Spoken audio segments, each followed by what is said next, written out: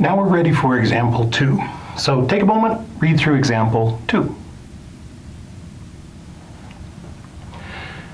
As you look at this problem, what you have to realize is that there are 3 different rates that they're talking about. So first off, they talk about still air. So I'm going to go ahead and put my airplane here. Yes, I realize I am not a perfect airplane drawer, but I think you get the idea here. Now, I'm going to also put an arrow on this airplane to say that my arrow is going from left to right. And this particular airplane is going 60 miles per hour. Well, the next thing that we have to think about then is this idea of when our airplane is going with the wind. So once again, here's my airplane going 60 miles per hour, but this time we have the wind, and if we're going with the wind is going to have an arrow going the same direction, from left to right.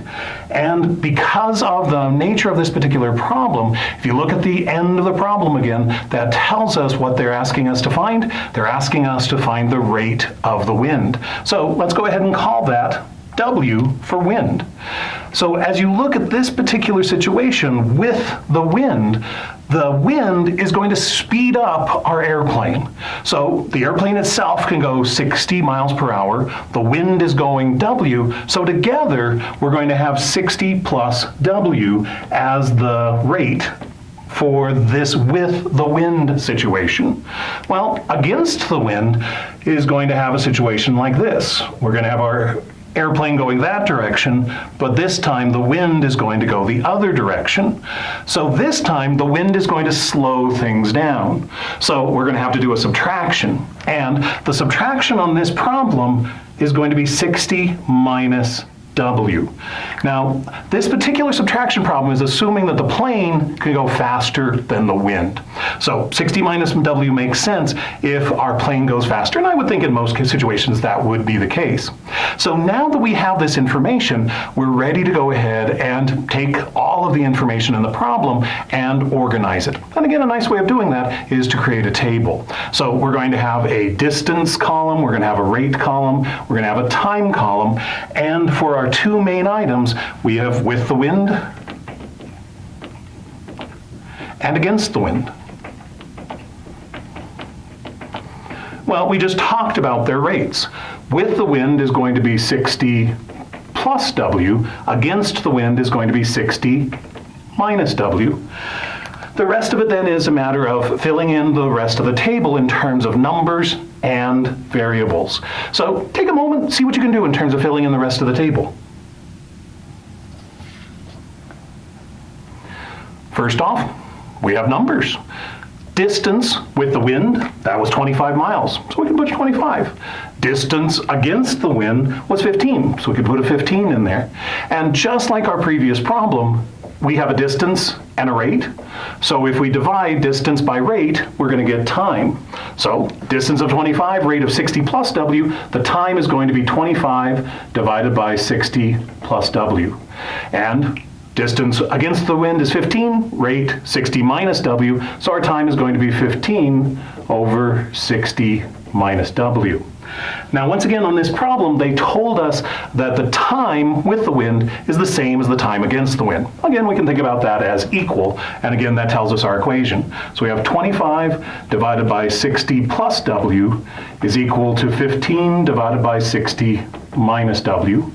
Now, once again, at this point, we can use the ideas from section 7.6, think about the LCD, multiply every fraction by that LCD, and see what we see. Well, I have a denominator of 60 plus W, so my LCD is going to have to involve 60 plus W. I also have a denominator of 60 minus W, so I'm going to have 60 minus W as well.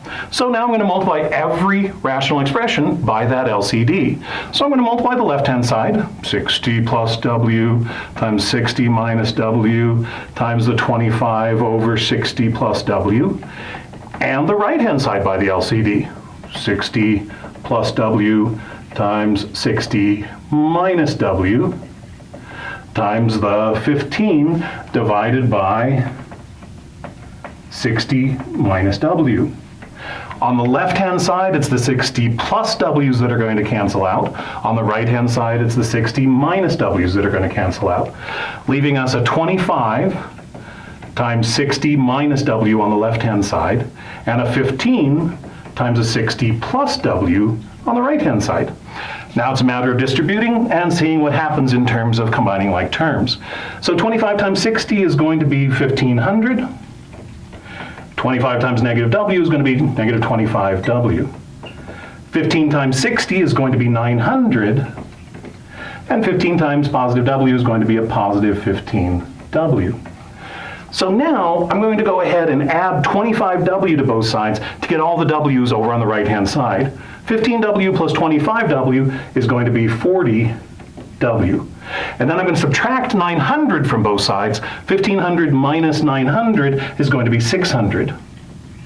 Divide both sides by 40, and we're going to get that W is equal to 15. Now, once again, you should always ask those same two questions at the end of every application problem. Have I answered every question that was asked? The answer on this one is yes. Sometimes people think that they need to go back and find the with the wind speed and the against the wind speed, but that's not what this problem is asking. It simply asked, what is the rate of the wind itself? And that's what W was representing. So in fact, yes, we've answered the question that was asked. And then the second question is, what's happening in terms of units? So again, this was a rate. So you go back, find a rate in this problem, find a unit that was used for that, miles per hour, and you tag that on. So we have 15 miles per hour, and we're done with this problem. Now we're ready for our next video.